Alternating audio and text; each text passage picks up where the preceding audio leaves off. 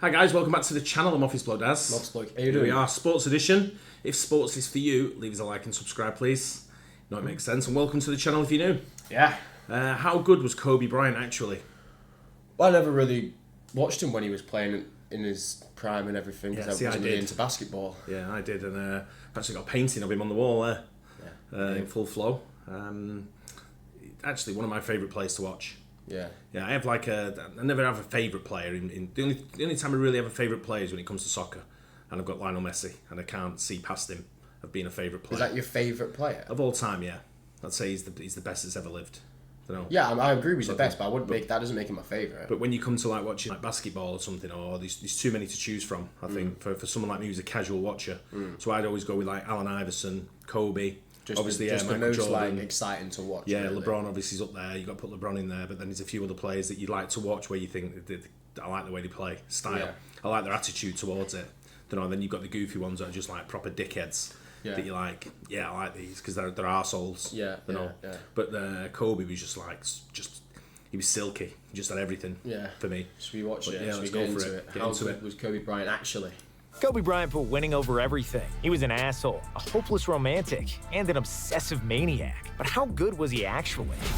Early life and road to the NBA. Kobe's dad may have been a millionaire, but this didn't make Kobe's life easy. Like Will Smith, Kobe was born in Philadelphia, and his father, Joe Jellybean Bryant, played for the 76ers. After 8 years in the NBA, Jellybean moved his family to Italy to play basketball abroad. Kobe was just 6 years old, and he didn't speak a lick of Italian. Switching schools every time his father changed teams didn't help. And the cherry on top, he was the only black kid at all of them. This shaped Kobe as a person and a player. Struggling to fit in, he always gravitated towards basketball. He learned to play in isolation for hours. Basketball became his safe space, and where he could prove himself against the kids who didn't accept him. When he wasn't playing, he watched NBA games on VHS and dreamt of becoming an NBA player. When Kobe was 13, Bryant's family returned to Philadelphia. Once again, he was alienated because he didn't know American slang. He would silence those who teased him on the basketball court. Bryant was obsessive about the game from a very early age and worked on his basketball skills tirelessly. As an upperclassman, he played all 5 positions for Lower Merion High School and averaged 31 points, 11 rebounds, 6 assists, and 4 blocks. Senior year,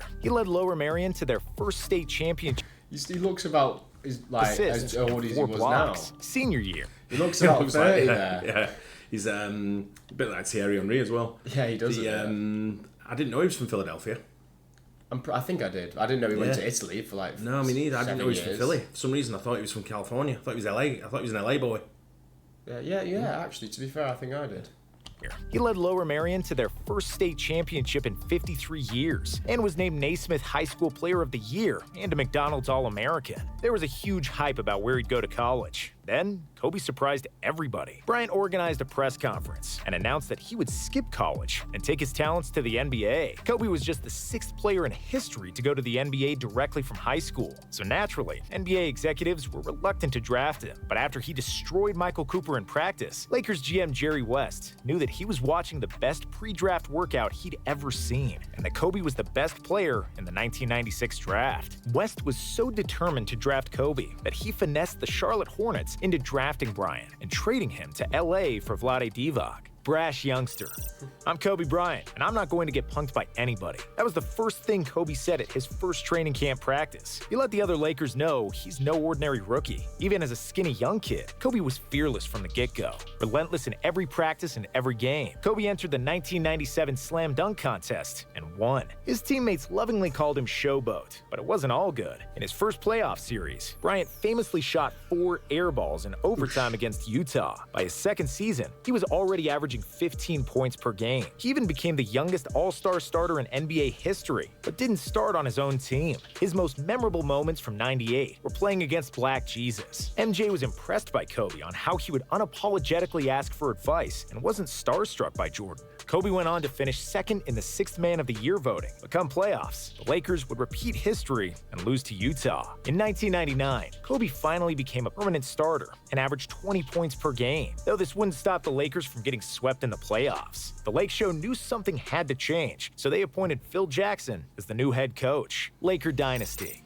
In 1998, Shaq and Kobe had their first fight, and O'Neal nearly decapitated Bryant. However, Phil Jackson was called the Zen Master for a reason. He challenged O'Neal to get into the best shape of his life, and Shaq dominated like never before. Kobe was an all-star, averaging 22, 6, and 5, and the Lakers were firing on all cylinders. They went on to win 67 games in the regular season, which was the 5th best result in NBA history. Shaq won the MVP trophy. Kobe was named to the All-NBA second team and was the youngest player ever to be selected in the All-Defense first team. But once again, playoffs were no cakewalk for the Lakers. It was the 4th quarter of Game 7 in the Western Finals, and the Lakers were losing by 15 against Portland. Everyone thought it was the end for the Lakers, until Kobe and Shaq powered one of the best comebacks in NBA history. Bryant was phenomenal in the clutch, with his crossover on Scottie Pippen, and the alley-oop to Shaq clinched the game and the series. But their work wasn't finished. They still had the finals against the Pacers, and in Game 2, it happened. Jalen Rose had deliberately put his feet under Kobe in Game 2 and twisted his ankle. Bryant was forced to miss Game 3, and Indiana comfortably won that game. What the Pacers didn't realize is Kobe is one resilient SOB. He returned in Game 4 with a vengeance. When Shaq got ejected, Kobe put the team on his shoulders and carried them to a win. The Lakers would break the Pacers in 6 games, and Kobe jumped in Shaq's arms to celebrate their first ever title together. However, things never stayed good for long between Shaq and Kobe. After the first title, Shaq was content. So content, he spent his summer eating burgers and drinking pina coladas. Kobe, on the other hand, spent the summer in the gym. So when he had seen Shaq in the preseason out of shape, Kobe lost his mind, and their feud started again. But Shaq's laziness gave Kobe more opportunities to dominate. Bryant averaged a career-high 28.5 points per game. And thankfully, once the playoffs came, Shaq was the athletic beast he was the year before, and the Lakers were unstoppable. They swept all 3 series in the Western Conference. Who would stop them from doing the same in the finals? Well, he was small, but he was a problem. His name was Allen Iverson. AI mercilessly dropped 48 in the Staples Center, stepped over Tyronn Lue, and won Game 1 for the Sixers. But Shaq and Kobe took AI's disrespect personally, and they couldn't let that slide. The Lakers came back and won the next 4 games to clinch their 2nd consecutive title. Their 15-1 playoff run was the best in history, until 2017, when the Warriors went 16-1. In 2002, Kobe led the Lakers in assists, and he averaged 25 per game. Mamba made the first All-NBA team for the first time in his career, plus the first team All-Defense. He also won the All-Star Game MVP, and the Lakers continued to dominate the opposition until they reached the conference finals in the Sacramento Kings. The Kings were the best team throughout the season, and Chris Webber was playing at the MVP level. The Kings took a 3-2 lead in the series, and to be honest, they would have probably won Game 6 too, had it not been for one of the worst refereeing jobs in NBA history. The refs stole that win for the Lakers, but LA won Game 7 fair and square. In the finals, they quickly dismantled the Nets in 4 games. Shaq was the finals MVP for the 3rd time in a row, and Kobe became the youngest player ever with 3 championships. Fallout with Shaq. After 2002, Kobe was one of the best offensive players in the game. He knew when to shoot and when to pass. The problem was, sometimes he didn't want to pass. Kobe being one of the best perimeter defenders. Do you think like some of these players, like when he says they don't want to pass, do you think a lot of these people just a case of they know that they can rack up the numbers and they can have a good game as well, so they can be an assist king and a scoring king? Yeah, it might just be the thing. He just feels like he's the best player that could have the ball to take the shot as well. Do you know what I mean? He's definitely a clutch player as well, wasn't he? He's like he's a player that's sort of like you know he's going to win you games. Confident. I wonder what people think the best era was with basketball. I love seeing it when you're watching like Reggie Miller and old Kobe, like it's like, or young Kobe I should say. But people will say that about any sport. I know. You know what I mean?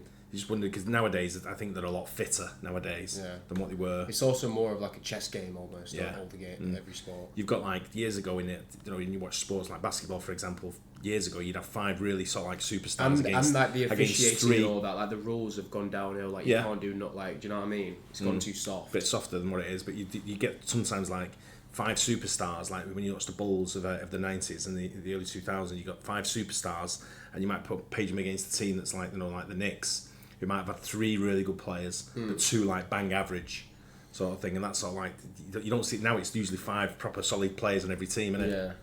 in the NBA, always guarded the best opposing guard in the clutch. He understood the game tactically. He had all the moves and counter moves. In 2003, he dropped 55 on Jordan. He averaged over 32 points in the playoffs, but the Spurs were too strong that year. The only thing that Kobe had not fully mastered was emotional intelligence and being a leader. In 2004, his beef with Shaq became unbearable. Both Shaq and Kobe acted childishly, but Kobe did Shaq dirty after discussing Shaq's marriage with the media. Ironic, because he was also going through a court case in Colorado, which proved his own infidelity. Craziest part is at the same time as his trial, Kobe was playing in the playoffs. It takes a cold-blooded individual to be facing a lengthy jail sentence and still go out to perform as well as he did. The Lakers added Karl Malone and Gary Payton, so everybody thought they would be crowned champions again. But Kobe beefed with both Shaq and Malone. The lack of chemistry showed its ugly head when it was most important. Kobe was forcing things in the finals against the Pistons. He took by far the most shots on the team, despite hitting only 38% from the field and 17% for three, and the Lakers lost in 5 games. Something had to change, so Shaq was traded to Miami,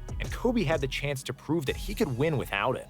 Individual greatness. Kobe was a maniac. For all the kids out there that want to be like Kobe, here's some advice. Don't do it. Because Kobe was 1 in a billion, he ran himself into the ground to become a perfect basketball player. He was in the gym up to 3 times. You know why he changed his number from 8 to 24?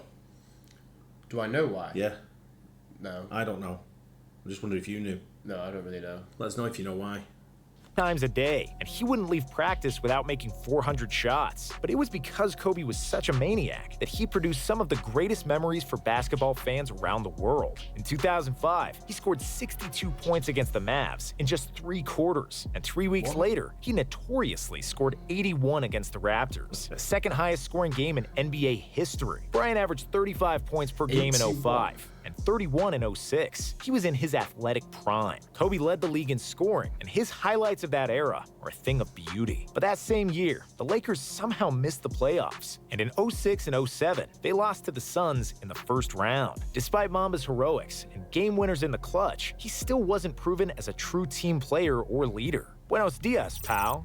Kobe's selfishness almost got him traded to Detroit during the 2007-2008 season, but that fell through, and instead, the Lakers traded for Pau Gasol, one of the best European players ever. With the additions of Gasol, Trevor Ariza, and the emergence of Andrew Bynum, the Lakers finally became championship contenders again. LA clinched the #1 seed, and Mamba was named the regular season MVP. They dominated the West and made it to the finals against the Boston Celtics. With Tom Thibodeau, a defensive mastermind, and his revolutionary ice defense, the Celtics would load up defenders on Kobe in the finals, forcing Bryant to get rid of the ball or take tough shots against multiple defenders. Kobe was the best player in the world at the time, but Boston had a better team that season, and the Celtics won in 6 games. After winning the 2008 Olympics with Team USA against Spain, Kobe left the gold medal in front of Pau Gasol's locker to rile him up for the season. He needed Pau to be aggressive. He played similar tricks on other teammates, and was finally learning to be— Is Pau Gasol Spanish then?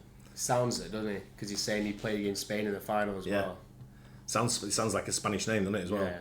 a leader. Kobe took it upon himself to hang out socially and bond with his teammates to learn what made them tick. He now knew he couldn't win the title by himself. In 2009, Bryant was playing the best and most mature basketball of his life. He led the Lakers to win the championship and earned the Finals MVP award. In 2010, the Lakers made the finals once more and had a chance at revenge against the Celtics. But as usual, there was a problem. Kobe was playing with a bone spur in his ankle and a broken finger on his shooting hand. As you would imagine, he couldn't shoot the ball well. This series, in particular, was pretty ugly, but things were different than they were years ago. Kobe and the Lakers learned to play like a team and took the series to Game 7. Kobe shot 6 from 24, incapable of putting the game away by himself. But with his Mamba mentality, he'd rather die than lose to the Celtics twice. Bryant had 15 rebounds that game, and he was doing everything possible to win. Then in the last minute, Ron Artest would hit a 3, and the Lakers prevailed. Kobe got his 5th title that night, and when a reporter asked what the title means for him, Kobe truthfully and sarcastically answered, "Just got one more than Shaq." Lakers' downfall and Kobe's legacy. In 2011 and 2012, Kobe was still his usual self, scoring and trying to win the title at any cost. But the Lakers were once again struggling. So in 2013, they traded for Dwight Howard, and Howard was a terrible fit. It was obvious that Kobe's athleticism was slowly fading. Then, as if things weren't already bad enough, it happened. Kobe snapped his Achilles, the most devastating injury in basketball. Kobe made his 2 free throws and walked himself off the court like a boss. Frustrated, he cried in the locker room, but he was still determined to come back stronger. Thing is, even with the Mamba mentality, after the Achilles came the knee injury. After the knee, it was the shoulder. Kobe was getting older, and in 2016, it was obvious that he couldn't do it anymore. Everything was hurting. That's when Kobe wrote Dear Basketball, his love letter to the sport. It was the best retirement announcement in the history of sports. He opened a door into his beautiful and deep personality, which only a few people knew existed. Kobe had finally let his guard down for the first time in his life. He was no longer an asshole. He was kind. He was jovial. He was giving. The whole NBA gave him a retirement tour and honored his legacy to the game of basketball. Bryant sucked for the majority of that season. I think he dunked the ball maybe once that year. But in the final game of his career, against an opponent who was fighting for a playoff spot, Kobe played one of the best games of his career. This mother effer dropped 60. He literally made every shot in the clutch, with almost no After that game, you're like, oh, maybe I shouldn't retire. Yeah. lift in his legs. And just like Jordan inspired him, he became an inspiration to millions of kids around the world who would all yell Kobe while throwing their homework in the trash. Yeah. That was me, but I did that when I was young and I didn't even really know who he was. Yeah. But I'll still just go Kobe. It's funny, isn't it? It's funny how a phrase becomes popular I know, right? around the world. Yeah, I heard Mike say Hawk Tour last week. There's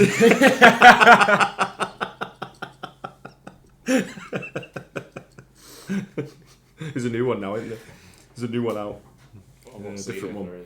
But no, it's he was, for me, he was one of the best. He's at that. He's in that discussion of was he the best ever? Yeah. I don't think he was. Top 3. I don't think he was the best ever.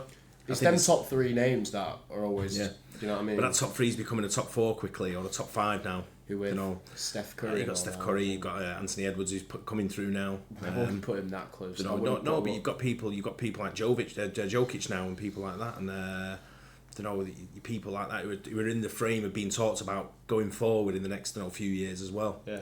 But who are winning stuff. But I think LeBron and Jordan are just way ahead. For the top 2. Yeah. And then but then again, then you come down to Kobe, and then his other one, Allen Iverson. They're all in that conversation, then, aren't they? Yeah. But it's a fantastic sport. It's so athletic and so robust and speed, it's quick. the most athletic sport, I think. It's quick, it's fast. I don't know. Hockey comes very close up there for me. No, I know, but hockey, you're not like... It's 100 mile an hour. I know, but like, so's that. Yeah, that's back and forth. It is. All the time out. It is. But I just think hockey's that little bit more...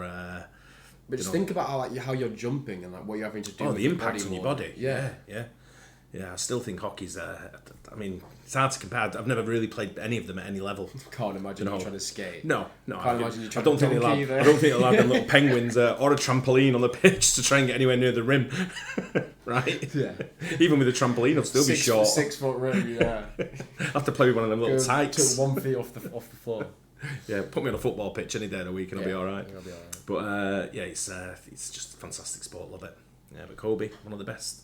Hope you guys enjoyed it. Don't forget to like and subscribe. Yeah. I'll see you on the next one. Cheers. Cheers.